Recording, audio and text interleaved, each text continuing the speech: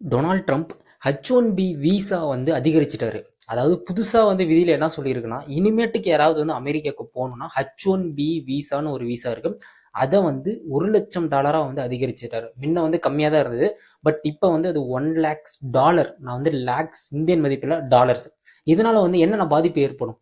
Maximum வந்து உங்களுக்கே தெரியும், நிறைய பேர் வந்து ஃபாரின்ல போய் படிக்கணும்னு, குறிப்பாக அமெரிக்காவுக்கு போய் படிக்கணும்னு சொல்லுவாங்களே, அவங்களுக்கு இது வந்து மிகவும் பின்னடைவு. அதுக்கப்புறம் பெரிய பெரிய ஐடி கம்பெனிஸ் இருக்குல்லங்க, ஸோ இன்ஃபோசிஸ், டிசிஎஸ், ஆன்சைட்டுன்னு சொல்லிட்டு ஒரு ப்ராஜெக்ட்டுக்கு வந்து அனுப்புவாங்க. இது எல்லா செலவும் வந்து அதிகரிக்க போகுது. இதனால வந்து ஆன்சைட் போறவங்களுடைய எண்ணிக்கை வந்து குறைய போகுது. ஆன்சைட்டு போயிட்டு நம்ம இந்திய பொருளாதாரத்தை நம்ம மீட்டுறோம் இல்லை, ஆன்சைட்டு போயிட்டு அமெரிக்காவோட பொருளாதாரத்தை தான் நம்ம வந்து மீட்டெடுக்கிறோம். அதுக்கு நம்ம வந்து இது வந்து ரொம்ப good opportunity for every one.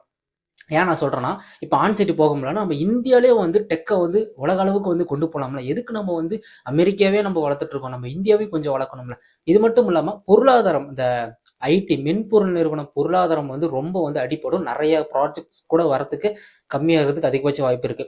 இது வந்து நமக்கு வந்து பாசிட்டிவ் தான். ஸோ நம்ம இந்தியாவிலே வந்து நிறைய ப்ராஜெக்ட் உண்டாக்கி நம்ம இந்தியாவிலே வந்து இன்னும் வந்து ஐடி டெவலப் பண்ணலாமே. ஸோ இந்த இன்ஃபர்மேஷன் பிடிச்ச மறக்காம லைக் பண்ணிட்டு ஷேர் பண்ணிடுங்க. அதுக்கப்புறம் சேனலை சப்ஸ்கிரைப் பண்ணி வச்சுக்கோங்க.